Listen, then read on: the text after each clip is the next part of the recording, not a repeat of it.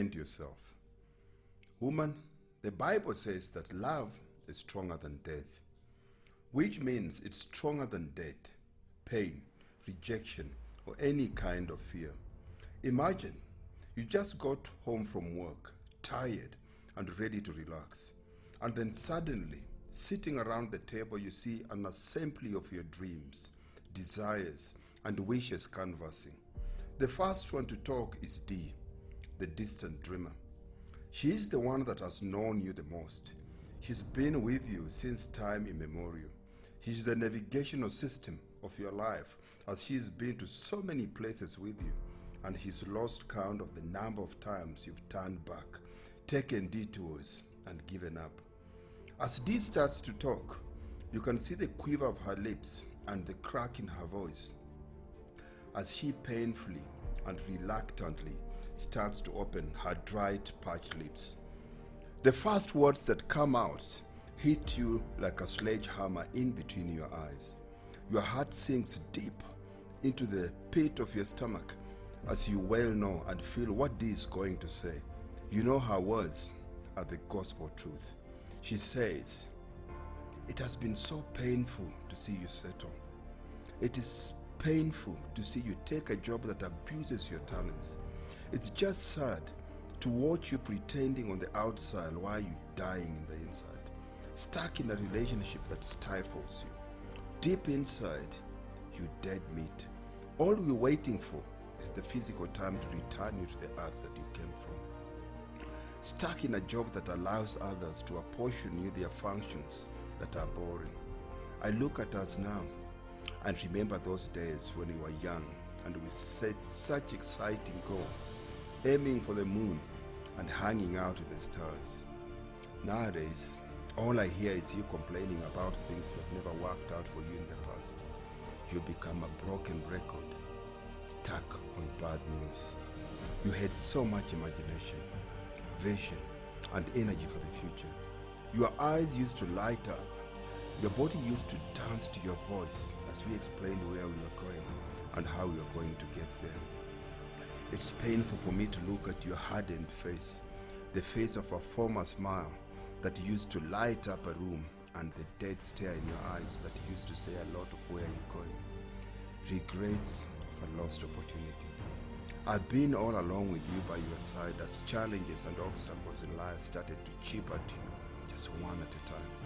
You become a pale shadow of the person I used to know.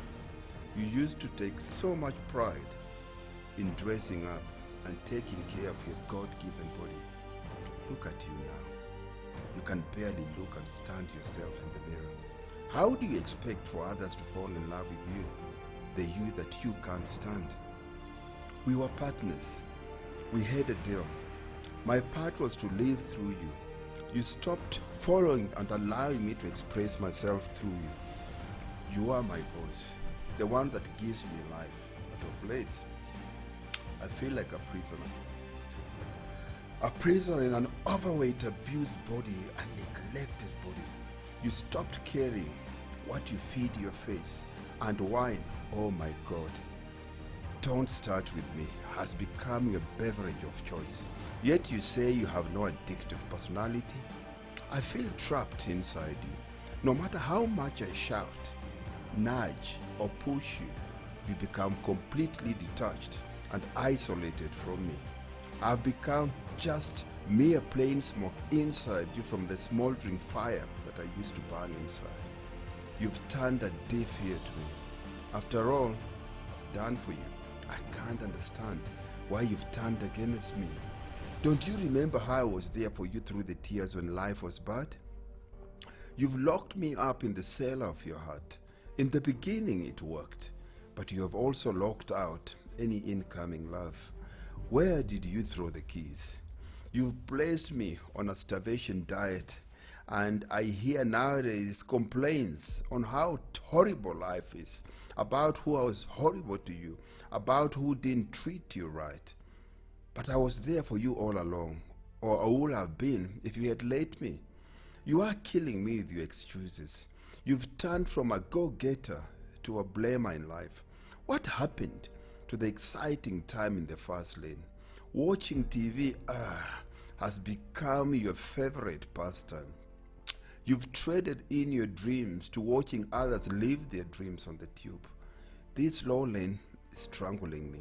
You are constantly aiming missiles at your parents, your education, lack of opportunities, and even you blame your dog. I know you better than anyone else. I live inside you, and I know this is not the life we dreamed of. This is not the house, the car, the career, the love, or the kind of life that you wanted. You are meant for better. You are a short caller, a high achiever of our generation. Forgive me for the bluntness, and please don't mistake it with rudeness. This life you live is beneath you. It goes against God's plans for you. God is ashamed of what you've settled for, looking at what is deposited in you. Your power is your dreams. Your passion and excitement is in your dreams. You've given up on me, your dreams. You live in a desert devoid of an oasis and filled with parched lips and painful bitter and sour water. Nothing grows there. I beg you to touch me again. Whisper sweet nothings in my ear and kiss my sweet voluptuous lives tenderly. Let us fall in love again. Seduce your dreams. Seduce me. This mask you wear in public has turned you into a mannequin. You have so many faces that I can't relate to you anymore. The next one on the table to talk is L. L stands for L-O-V, love. Love gives. Love takes. Love gives, but lust takes. You have replaced love with lust. You just take and have stopped giving. Your heart, a place I used to dwell, is now filled with hatred and sad memories. Let me remind you a simple fact that is the rule of relationships. Does the word reciprocity mean anything to you? You can't plant bitterness and have a sweetness, darling. You've turned away anything and anyone that has ever loved you. It's sad that you can't even stand your own face in the mirror. You become your own horror movie. You have become so selfish that you've blocked my only outlet into the world. Forgive me, but I have to vent. Your heart has become an ICU for love. I feel my life is being kept going with a respirator. We have flatlined. The heartbeat is gone. Our relationship with each other has become so strained. I'm the part that loves and longs to love. I wish for a dynamic relationship. I remember my relationship with Dee, the dreamer. We were inseparable. We bought the same pair of shades just because our future was so bright that the glare was blinding us. Remember those early relationships that didn't work, and each time we thought it was the one? Then as we became older, you became cynical. You pushed me aside with words like, who needs love? Love doesn't exist, and all men are the same. You stopped believing in love, and eventually you hanged yourself on the 75% discount rack. Quality never goes on sale. You are always on sale with your negative attitude and bitterness. John left you 10 years ago and is married to Lucy. How can you keep on blaming him for your misery? You started settling for less.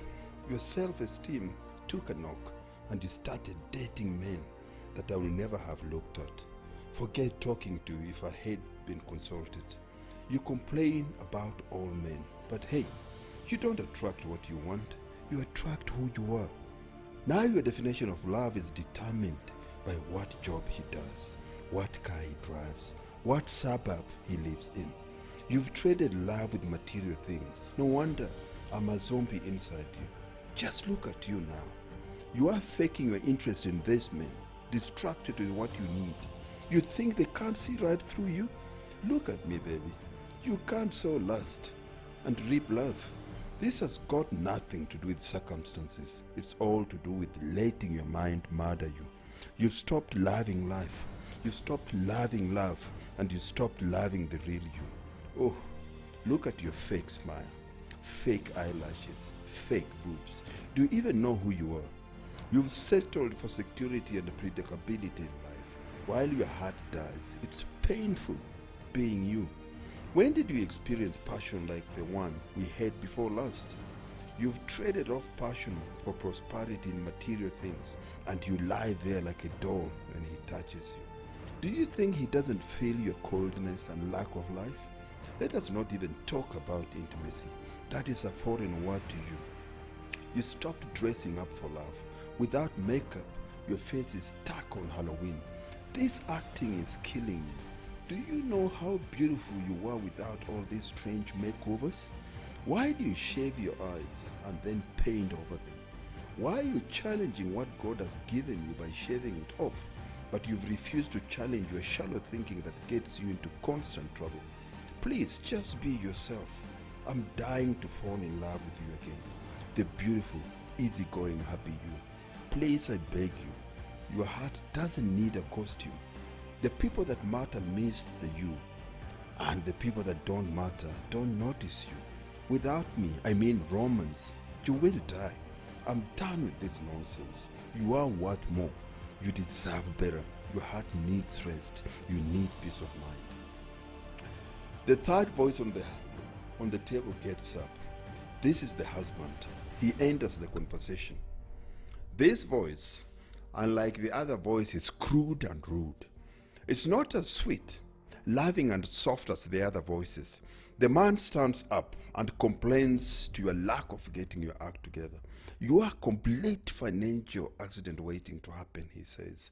You spend money like cheap tap water. Your bills are piling up, running high credit on your credit cards, buying useless items to replace the passion void in your life. If there is a medical term for your condition, you'll be easily diagnosed with financial flu. Your spending is running the family to the ground. You want the good life now.